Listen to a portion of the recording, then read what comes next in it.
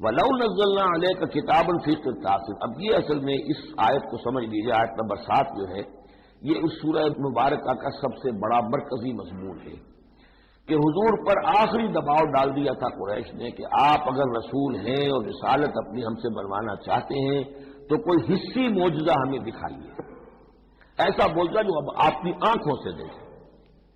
مردہ کو زندہ کیجیے، آسمان پہ چڑھ کے دکھائیے، مکے میں ابھی کوئی باغ بنا دیجیے، یہاں کوئی چشمہ نیا نکال دیجیے، کوئی سونے چاندی کا محل دکھا دیجیے، آسمان سے اترتے ہوئے کتاب لے کر اترتے ہوئے ہم دیکھیں آپ کو.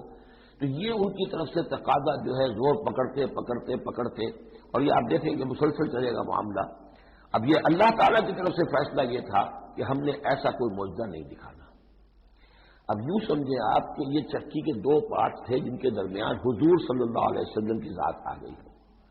بظاہر لوگوں پر یہ اثر پڑ رہا ہے کہ بھئی ہمارے جو یہ سردار ہیں قریش کے ٹھیک ہی تو کہہ رہے ہیں، عوام الناس کے اوپر یہ اثر پڑ رہا ہے کہ یہ رسالت کے مدعی ہیں، نبوت کے مدعی ہیں. موسیٰ نے کیسے معجزے دکھائے تھے یہ خود بتاتے ہیں، عیسیٰ نے کیسے معجزے دکھائے تھے یہ خود بیان کرتے ہیں. کیا وجہ ہے پھر کیوں نہیں معجزہ دکھاتے؟ تو گویا کہ ان کے لیڈروں نے عوام کی مت مار دی تھی، اور عوام جو ہیں وہ کہہ رہے تھے کہ گویا کہ ان کی حجت محمد پر قائم ہو چکی ہے صلی اللہ علیہ وسلم. ادھر اللہ کا فیصلہ یہ ہے کہ ہم نے ایسا معجزہ نہیں دکھانا، جو بھی حق کا طالب ہے قرآن ہم نے نازل کر دیا ہے، یہی معجزہ ہے.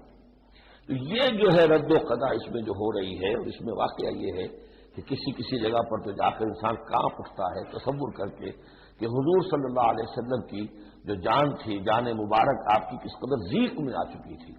ادھر اللہ کا فیصلہ اٹل ہے، ہم نے نہیں دکھانا. ادھر وہ کہہ دکھاؤ اگر تم ہو واقعی، اگر نبی ہو رسول ہو تو معجزہ کیوں دکھاتے.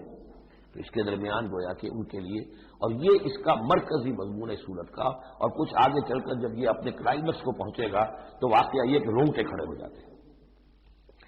فرمایا وَلَوْ نَزَّلْنَا عَلَيْكَ كِتَابًا فِي قِرْطَاسٍ، اگر ہم نے اتار دی ان پر کوئی کتاب جو کہ کاغذوں میں لکھی ہوئی ہے، فَلَمَسُوهُ، اور وہ اسے چھو بھی لیں بِأَيْدِيهِمْ اپنے ہاتھوں سے، لَقَالَ الَّذِينَ كَفَرُوا إِنْ هَذَا إِلَّا سِحْرٌ مُبِينٌ، اس وقت بھی یہ کافر یہی کہیں گے کہ یہ کھلا جادو ہے، ہماری آنکھوں پر اثر ہو گیا تھا، ہماری نظر بندی کر دی گئی تھی.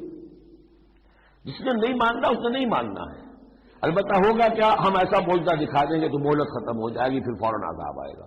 اس لیے ابھی ہماری رحمت کا تقاضا یہ ہے، ہم انہیں مہلت اور دینا چاہتے ہیں، ابھی اور اس کو دودھ کو بلونا ہے، شاید اس میں سے کچھ اور مکھن بھی نکل آئے، اس لیے ہم معجزہ نہیں دکھا رہے. معجزہ دکھائیں گے مہلت ختم ہو جائے گی، عذاب فوراً آ جائے گا.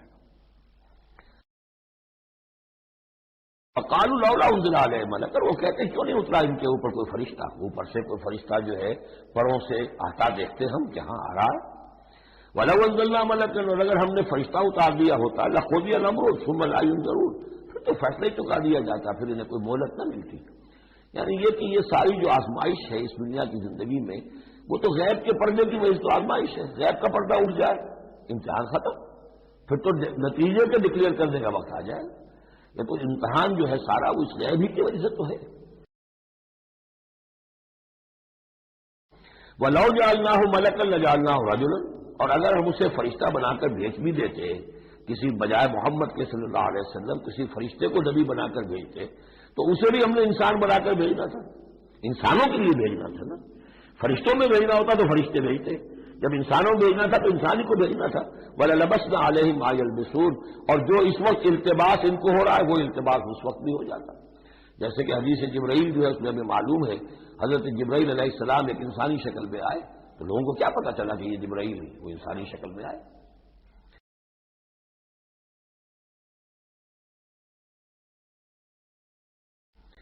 وَلَقَدِ اسْتُهْزِئَ بِرُسُلٍ مِّن قَبْلِكَ، اور اے نبی آپ دل گرفتہ نہ ہو، آپ سے پہلے بھی تو رسولوں کا اسی طریقے سے مذاق اڑایا گیا. یہ صرف آپ پہلی مرتبہ نہیں ہے.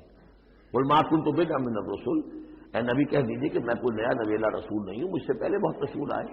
لیکن یہاں بات اللہ کہہ رہے ہیں وَلَقَدِ اسْتُهْزِئَ بِرُسُلٍ مِّن قَبْلِكَ، اے نبی آپ سے پہلے بھی جو رسول آئے ان کا مذاق اڑایا گیا.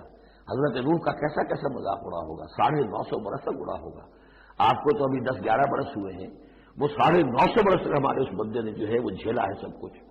فحاق بالذین سخروا منهم ما كانوا به یستهزئون، بالآخر پھر گھیر لیا ان لوگوں کو کہ جو ہنسی مذاق اڑاتے تھے اسی چیز نے جس کا وہ استہزاء کرتے تھے۔ معاملہ وقت کا ہے، ٹائم فیکٹر کے سوا کچھ نہیں ہے۔ ابھی آپ کہہ رہے ہیں کہ کوئی جلدی سے دکھائی دیا جائے تاکہ ان کی زبانیں تو بند ہو جائیں کم وقتوں کی، لیکن یہ کہ نہیں، ہماری حکمت میں ابھی نہیں ہے کہ ہم کوئی ایسا معجزہ دکھائیں۔